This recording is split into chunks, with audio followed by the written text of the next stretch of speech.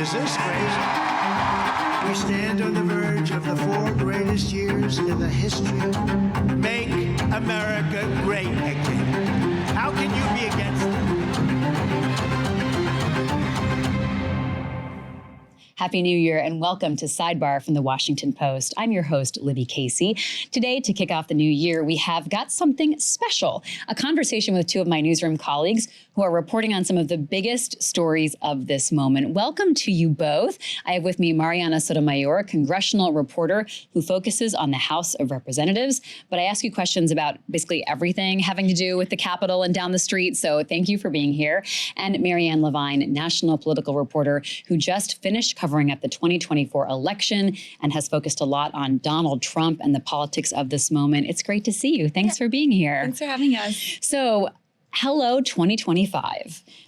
So much is about to change and there's no buildup, right? We know that Trump will get inaugurated on January 20th, but Mariana, this is not a slow build for you because you're hitting the ground running. We're taping this on Thursday, January 2nd. Tomorrow, on the 3rd, the House will vote to decide whether Speaker Mike Johnson should keep the top job in the House. So we'll talk to you more about how that's all looking. Also on today's show, what is Donald Trump up to as he counts down to the inauguration, and how is his team shaping up? And what are we getting a sense of how he'll be prioritizing people, things, and items as he gets ready to come to Washington? Because he's very much in Florida right now. So let's get started. So Mariana, take us through the timeline of the 119th Congress as it kicks off. We know that Republicans have full control of the House and Senate. This is the first time since 2019. That's like a good 5-year stint here. So talk to us about how they're going to go through this speaker election tomorrow. Yeah, well, you point out something significant, which is this is the first time in a very long time that we've had a Republican trifecta. And I think we can get into this conversation a little bit more. But this time, Republicans are prepared for the incoming Trump administration. I think the Trump people as well, their orbit is finally prepared to be able to hit the ground running. But of course, you can't do much in Congress until you elect a Speaker of the House. It is so important that that gets done because, as we have all lived through and recently, if there is no Speaker of the House, especially on the first day of the 119th Congress, you need a Speaker to swear in lawmakers. So if there is no Speaker, hypothetically, there is no lawmakers to make laws. Like they can't vote on anything. And that's why you go round after round of voting. As of right now, many people are expecting it to be a little painful. So this is like Thursday at 2 o'clock in the afternoon Eastern time, because this could really change in the next 24 hours dramatically, next 12 hours even. Yeah, and Speaker Johnson has been working the phones while he's been home in Louisiana. Today, he is in the Capitol and meeting with some of the very few holdouts. It's about 6, 7 or so, which, again, not too many, but this is a even slimmer majority than the last 2 years. Based on the math right now, Johnson can only lose 1 House Republican to be able to win the gavel back. And there already is 1 House Republican, Thomas Massie, Republican from Kentucky, who has said, hell no, I'm not voting for Johnson. So that means Johnson literally needs to win over all 218 Republicans to be Speaker of the House. There's some weird hijinks. People could vote present. That could lower the threshold. But if too many people vote present and it lowers the threshold below 215, which is the number of Democrats that are going to be present and voting, I don't think we're going to get into a scenario where they accidentally elect Hakeem Jeffries the Speaker of the House. But there's a lot of hijinks. So the Democrats will all vote for Hakeem Jeffries. Like they're going to vote for their guy who is not going to get elected, like you said, unless something like totally bonkers happens. Yeah. The Republicans are the ones who get to decide really who the speaker is going to be, if they can be unified and if they can get on board. Now, we know that Donald Trump has endorsed Mike Johnson.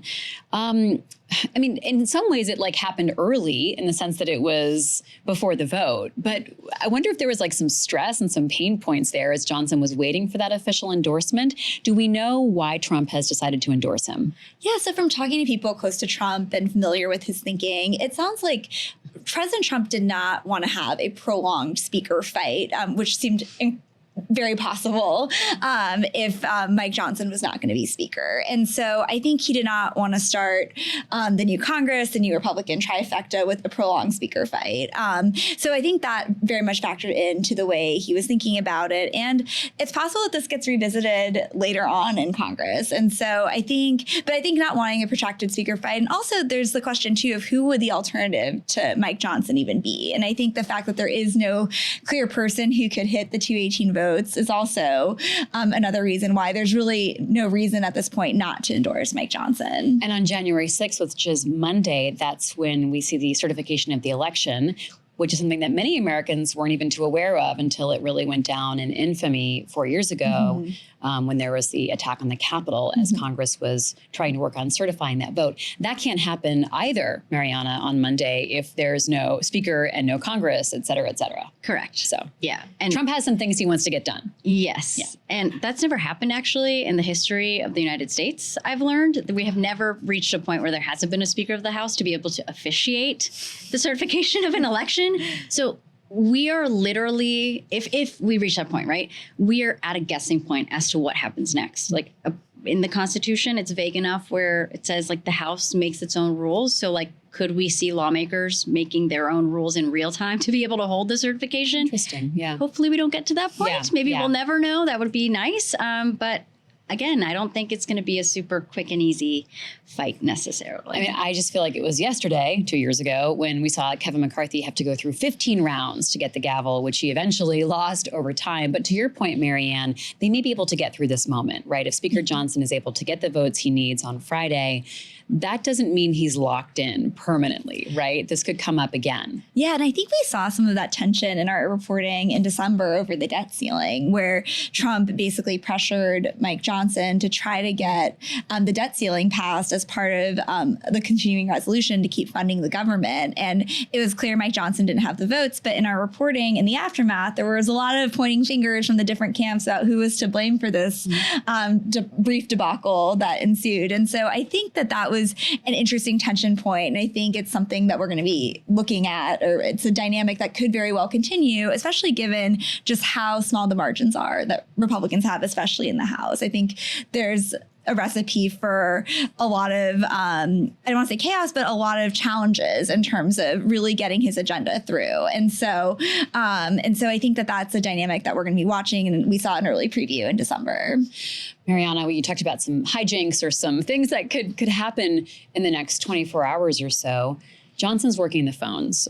People can put out asks. I mean, if they're a holdout, there could be things that Johnson could do to win over their vote. Totally. And we remember from the first speakership fight, McCarthy had to really negotiate for several days with a number of holdouts. At the time, the ask was the motion to vacate, which is that one rule that exists that says, you know, a number. At that time, he had negotiated one lawmaker could motion to hold a vote to get rid of the Speaker of the House. And that's how he got ousted 10 months later. That threshold has actually come up, which shows some recognition among a number of House Republicans, like we can't have this hanging over any speaker's head, but only to 9 Republicans. There is that conversation. Marianne points out, like, Johnson, if he gets through this weekend, could potentially be ousted at a later date. And the reason why is because there's still so many House Republicans, particularly from the House Freedom Caucus, who, as much as they want to get done a number of Trump's policy agendas, border security, energy reforms, taxes, you name it, they also have been insistent that if we're spending a ton of money, and that we already have to raise the debt ceiling, like the country's in so much debt, like, can we please curtail some spending? Can we cut in different places? And that has been the crux of the fights that we've seen over the last 2 years. You have this really staunch group who takes advantage of the margins to make the demand of cutting funds. Republicans try to cut funds, but then you have moderates. You have those who actually make up the majority who are like, wait, don't touch this. Don't touch that program. Wait. You can't do that. And that's where you hit the loggerheads. And that dynamic is probably not going to change. It's still a very slim majority. You know, you mentioned the debt ceiling. That's another deadline that we're all facing as well. In just a couple of weeks in mid-January, before we even see a new president take office, the Treasury Secretary, Janet Yellen, has warned that we'll face this deadline of the government needing to take these extraordinary measures if the debt limit is not raised. So Congress needs to deal with that as well around January 14th. So that's coming up too. Correct. And there's conversations that the Speaker's office is having with Trump world to say, okay, can we realistically pass this before you're inaugurated? I know you want to keep it on Biden's plate, but there's only so many days left. Is it right after he's inaugurated? All of that is under debate. And many of those holdouts for Johnson really want him to present a plan. How are you actually going to deal with the debt ceiling? How much are we raising it to? Where are you cutting it? And realistically, like, what's the pathway on the House floor to pass this thing in like a week or two? And those answers aren't there yet. I want to bring up Elon Musk because, okay, so Donald Trump endorses Speaker Johnson at the beginning of this week. And then Speaker Johnson is like shouting it from the rooftops, right? Like, I have Trump's endorsement. Elon Musk weighs in and replies to a post by Johnson on X saying that the Speaker has his, Elon Musk's, full support. Why should it matter, Marianne, if Elon Musk supports Speaker Johnson? Well, I think it's become very clear, especially since Trump was elected in November, that Elon Musk is very much the quote unquote first buddy for Trump. Like, he is around Trump all the time. And I think that there's a recognition among many Republicans that he is quite influential. And he also, of course, has the platform X, which has become a very big megaphone for Elon Musk and for him to promote the Trump agenda. And I think we saw the influence he has in terms of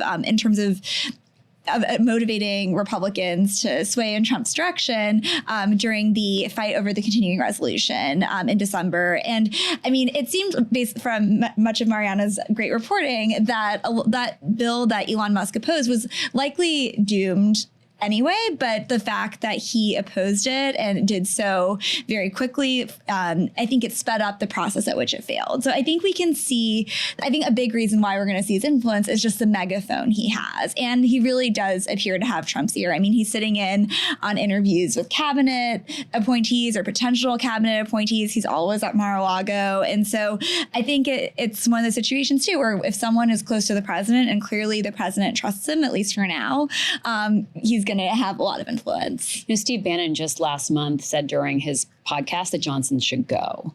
So there's still trouble in the waters, right? Even if Johnson makes it through the vote in reasonably quick fashion tomorrow, Mariana, there's still discontent there. There's still frustration, anger, like there's stuff still roiling below the surface. Totally. And it, again, goes back to all of these different dynamics over the last couple of years where you have this group who is just never really going to be appeased with the proposals that are put out on whether it's policy issues or whether it's funding. Then, because the margin is so narrow, because there's all of these members who are saying, no, I'm not going to vote for this, there's nothing but for leadership to look at Democrats and say, hey, can we negotiate? Like, can you give us some votes here? Like, we need to rely on you to make sure that the government essentially keeps getting funded. So, you know, a lot of Republicans, you talk to them, they're trying to remain optimistic that, well, you know, Trump is going to be in office. We remember the heavy hand that he had in his first administration. He would really twist some arms. And Trump's endorsement of Johnson really did help some Republicans who were wavering a little bit. But again, you still have this group that, okay, thanks, Trump, for your endorsement. Okay, thanks, Trump, for kind of backing this one bill. We're not going to vote for the debt ceiling at this point in time, right? Like there's still enough Republicans who they themselves feel emboldened because even though Trump and his allies are saying, oh, well, we're going to primary you in the next election. Well, they're like, well, you already tried to primary me the last election I survived, so I actually don't have to listen to you. And that is going to be a continued problem in negotiations in trying to deliver Trump's agenda. Are they unified? Can you call them a unified party? No, they'll say they are, but they're... Yeah, I mean, I think what's really interesting about the debt ceiling fight is also the fact that just the party is so split ideologically on spending. Like it is absolutely Trump's party, but Trump has never been someone who really has talked about the deficit, for example, in the way that a lot of have heard so many broadcasts and hearings about the deficit, mostly led by Republicans for like decades now. And that's just not Trump's part of the party. Yeah, I mean, when Trump gives a rally, like he does talk about tax cuts. He obviously talks about immigration a lot, but you rarely hear him say, we need to cut down the debt. Like it's not one of his primary talking points. And it's not, but that is a very big ideological priority for a lot of Republicans in Congress. And I think we really see that split or that difference in prioritization on how much to cut the deficit and how much to prioritize that in the debt ceiling fight. You know, circling back to Steve Bannon, because why not? He said something really interesting about Trump's support of Mike Johnson. He said, people are sitting there saying, President Trump supports him. Well, hey, President Trump supports him until he doesn't support him. That's how Trump works, Marianne? I mean, that's sort of the conventional wisdom. And this is Steve Bannon, who has been a close ally, of course, and someone involved in the first administration. His assessment of why he felt okay sort of pushing back against Speaker Johnson, even though Trump at the time was trying to, you know, be supportive of him. Yeah, I mean, I think Trump is supportive of people until they no longer serve the agenda that he wants. And I think, you know, he obviously has supported Speaker Johnson, but I think that as we saw with Kevin McCarthy and his speakership, that can be a fluid situation. I mean, President Trump, when Kevin McCarthy saw his real challenge last year to his gavel, which he eventually lost, Trump really kind of just stood back and didn't really do anything after endorsing McCarthy just months later. And I think in that situation, I think he probably saw some of the writing on the wall there of what was about to happen, but he wasn't out there heavily endorsing McCarthy, telling Republicans to get in line. He kind of just stood back, even though McCarthy had been unflinchingly loyal to Trump, and to the point where Trump famously called him Mike Kevin. And so I think that a Trump endorsement for the House speakership is obviously very positive for Mike Johnson right now, but it doesn't mean that it's a permanent endorsement. And I think if Johnson doesn't get the agenda the way that Trump wants it, or he doesn't get Trump's policy priorities through, I think that could change. It seems like it could be a fluid situation. That's a good way to describe it. It could be a fluid situation. House Republicans have released a rules package, and I want you to explain to us what this rules package is, because it's like how the chamber will operate in this new 119th Congress. It's also the bills that they want to pass and that are their top priorities. What do you learn from their priorities? Yeah. So in the before times, no one knew what the rules package was, or like, why did it matter? Because again, once you have a speaker, you swear in the lawmakers, the first thing they do is vote for these rules to govern the House. And now it's a kind of a token of negotiation. That's what a lot of these holdouts are thinking of, maybe possibly reopening the conversation, a number of these points that are in the rules package to make sure that Johnson maybe gets their support. So that's a little bit of why this rule package suddenly matters. But it's interesting because it is a place where Johnson and his leadership team, rightfully to these demands of, well, what are we going to do? Can you be more specific? Laid out at least 12 bills that they hope to pass in the next several weeks, maybe months. They tend to be bills of more of a statement of principle, but of course the Republican Senate can absolutely take it up. A majority of them have to do with immigration and border security, making it easier for police officers to be able to arrest and detain and deport migrants who've come to the country undocumented and have committed crimes. So like it adds a little bit more specificity into that. It's also, something that campaigned on a lot this cycle, which is women in sports. They would want to amend Title IX. There's also like one bill that would address fentanyl more aggressively, because that's another point of that these Republicans have been campaigning on. Here's another one: enforcing a requirement that health practitioners care for a baby who survives an abortion. Yes. Which, like, I don't, that's very symbolic, not necessarily something that needs to happen, because if you kill a baby after it's born, that would be murder. Correct, exactly. And it's already federal law, right. But it's still like this talking point for Republicans that, like, well, we need to codify it extra into law, even though it already is in place. So these are, again, more statements of principle, which is why that roughly, half a dozen holdouts are like, okay, thank you for this. We've also been campaigning for this. We've also tried to pass this in the past House majorities, but we need a little more. Like, we know that the real things coming to a head are going to be actually passing a border security bill. House Republicans were able to do that. It took a long time to get to that point, and there was a lot of negotiations on that front. They want to tackle energy reforms, which in and of itself is a whole broad area of policy changes. Also want to tackle the tax reauthorization that passed in 2017, which did add a lot to the deficit, which again, these holdouts will point that out. Most Republicans won't, but there are some holdouts who are like, we can't just keep adding money to the deficit by trying to expand and do all of these things. Without a pay for. Without a pay for. All right, stay with us. When we come back, we'll talk more about what Donald Trump has been up to and how the president-elect is planning for the inauguration, and also how the center of the universe may soon shift from Mar-a-Lago to Washington, D.C. Stay with us.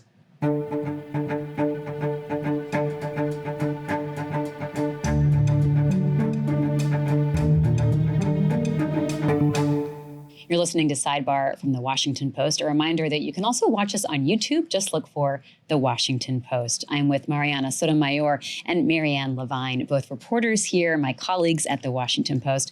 No rest for the weary, already very busy, even though it's just starting to become 2025.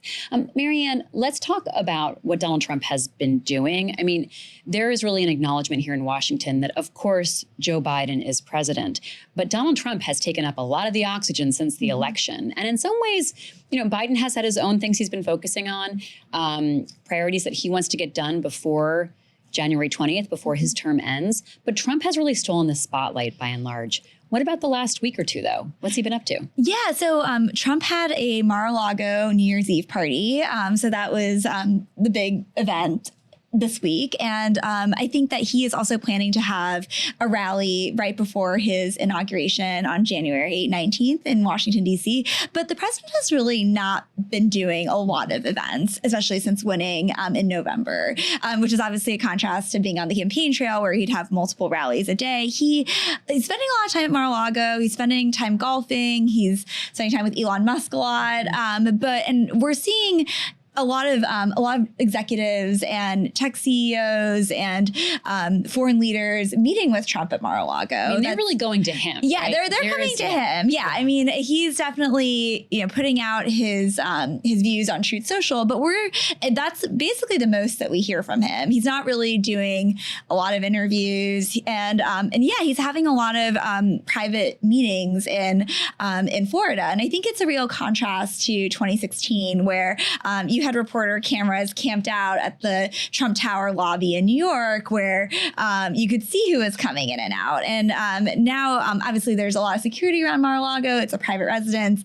And there's just not that kind of visibility of who is coming in and who he's meeting with. He also met with D.C. Mayor Muriel Bowser this week as well. We were told that they talked about public safety, among other themes, which was also interesting because Trump attacked D.C. a lot in his campaign rally speeches. And so it's very interesting that he met with her this week. But that's pretty much the extent of our knowledge of what Trump has been up to. We see him sometimes holding parties, and then at other times we hear about these meetings he's having, but there's very little in terms of official readouts of what's actually happening. One thing that seems very true in Trump's orbit is like work and social life are totally combined and intertwined. Like the guest list of the parties it's like family and political allies, and there doesn't seem to be much separation. Like it's all one big ball of yarn. Yeah, and absolutely. I mean, I think we saw that even in the first Trump administration where Ivanka Trump was, of course, in the Trump White House. But I think we've also seen that a lot on the campaign trail where his sons were often on the trail. It like with goes him. both ways, right? Yeah, Like exactly. J.D. Vance is coming to the New Year's Eve party, right? Yeah. Along with his wife. Like Elon is like hanging out at Mar-a-Lago. Yeah, he has like, his kids there. Yeah. Totally. So yeah, I think it's very much, it does feel like right now Mar-a-Lago is the center of the Trump universe. Is it going to shift? I mean, how palpable do you think the shift will be to D.C. come the end of January? I think it's going to be pretty palpable. I mean, Trump very likely will go back to Mar-a-Lago frequently, I would expect, similar to how Biden often goes back to Wilmington. But I do think that there's obviously going to have to be a real shift in focus in Washington. A lot of Trump aides are moving here, of course, from Florida. And I think that it's definitely going to move to Washington, especially given how much they want to get done in the first year, especially with the Republican trifecta. They're going to be really focused on the two reconciliation bills that they want to get through to Congress. Trump's obviously going to be keeping a very close eye on his cabinet nominations, and he wants to reshape how the agencies work. And I think what that looks like remains to be seen, but you really need to be in Washington for a lot of that to happen. And of course, his cabinet nominees will be here. So it does feel like the world is going to shift a little bit more here, but I definitely would not be surprised if he goes back to Mar-a-Lago relatively frequently. So he has been on Truth Social, as you mentioned, and one thing he was writing about a bit this week was the vehicular attack that killed 15 people in New Orleans on Wednesday in such a tragic incident. Here's what you wrote. President-elect Donald Trump appeared to blame the Biden administration's border policies for the vehicular attack. So talk to us about what is he saying and how is he trying to make links that so far are not present or factual? Correct. So President Trump has made a couple statements on social media, only one of which has really directly talked about the attack. So yesterday morning, shortly after news broke of the attack overnight, Trump posted around 10 a.m. a statement saying that this is what happens when you let criminals into the country. So immediately tying the idea of violence and crime to immigration, which is a constant theme in his campaign, or which was a constant theme in his campaign and during a lot of his speeches. And then shortly after making that statement, he essentially, sent his condolences and well wishes to the New Orleans law enforcement. And so in making those two statements back to back, it's clear that he was essentially trying to link the two issues. And then subsequently in two other posts on social media, he talked again about, this is what happens when there are open borders, and essentially trying to link the idea that the man who drove into this crowd of people early on New Year's Day was essentially linked to Biden's border policies. Now, that is false, because the man who the assailant is a U.S. born citizen, or he was a U.S. born citizen. He was killed